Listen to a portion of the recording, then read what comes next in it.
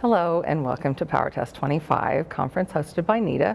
I'm Ellen Parson, Editor-in-Chief of EC&M, and I'm here in Orlando to learn everything I can about electrical, power safety, and reliability from some of the leading subject matter experts in the field. And I have one of those subject matter experts here with me today, Chasen Tedder. He is the Vice President of Utility Testing Services at Hampton Tedder Technical Services. Yes. In California, right? Based in California? Yep. And he's here today to share with us some key takeaways from his presentation. I believe you gave it yesterday on medium voltage cable test solutions. Yes. So we kind of just want to get an overview of what you went over in that session, and 10 minutes or less, so that's a little tricky, but just some of the highlights and kind of what the audience members here at PowerTest were interested in knowing and in the education field. So let's start with a little bit of background on your company, what you do, kind of the customers you work with, and how that relates to the PowerTest audience. Yeah, so Hampton Tedder Technical Services is a NETA accredited company. We were founded in 1972. We're based out of Southern California, about 30 miles east of LA in Montclair. We've got offices in Phoenix and Vegas as well.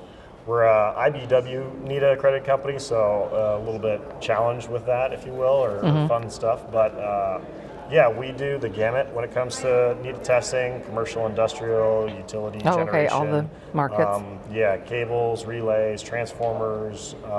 We kind of touch a little bit of everything in the space. Okay, perfect. So what was the basic premise of the presentation? What were you trying to get across as far as obviously the common types of the medium voltage cables, and what are the common applications and that you're talking about the most that you're trying to relate to the audience? Yeah, so medium voltage cable testing has gone through a little bit of a tumultuous past, the past few decades. The industry kind of upended where it was traditionally, those cables were tested with DC.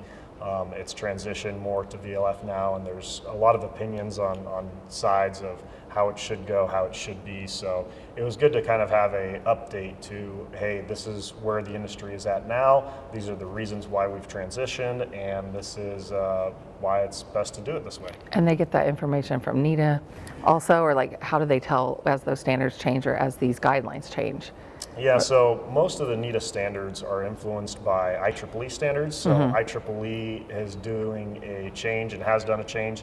They mostly pull their stuff from EPRI or CGRE or other standard organizations as they develop new information. And so we mostly pull from those IEEE sources. Okay, perfect. Well, maybe to start with the key differences with some of these testing methods that you talked about in the presentation.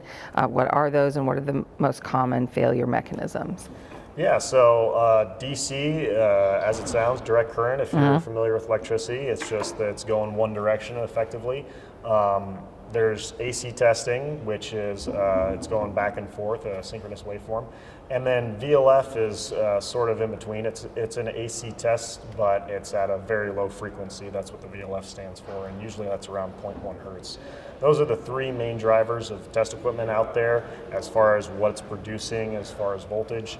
Okay. They also do have a damped AC, which is kind of in between a DC test set and an AC test set, where it kind of charges it and then discharges it with an inductor. And so do you provide a lot of, do the companies know what they should be doing? Are they looking to you for, advice on, okay, this is what you need to be doing in these types of applications, or this is what goes here and there? Yeah, absolutely. They're definitely looking to NETA and these conferences to kind of get that information about which test should they use, why should they use it. Like I said, there's been a change and shift in the industry, so it's something that's front of mind for a lot of people. And how do they determine the best method for the different applications? Do they turn to the experts, or they can do it after they've done it once, and then they know they can do that application, but then when they move into a different type of job site, it's probably a whole different ballgame? Yes, absolutely.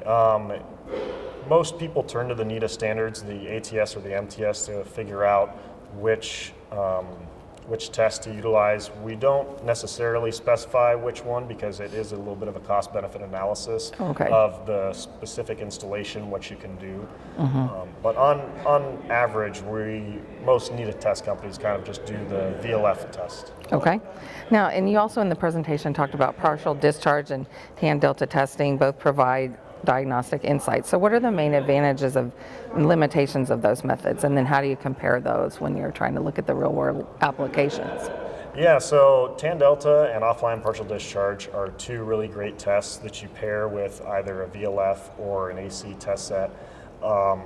they have a lot of insight into how the cable is performing.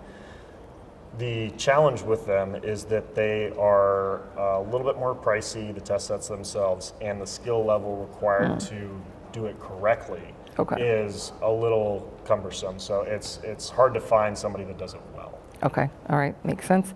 So the products themselves, the cables, what advancements, have there been any advancements in technology or anything that's made a difference, or what's the biggest impact on improving the reliability and efficiency? Is that more on the testing side? Have the products changed at all, or?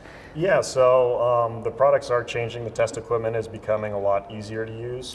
Beforehand, even up to a year ago, a lot of cables, if you wanted to do tan delta, you had to have a separate attachment. You have communication issues. They're starting to build them integrated into the test sets, the VLFs.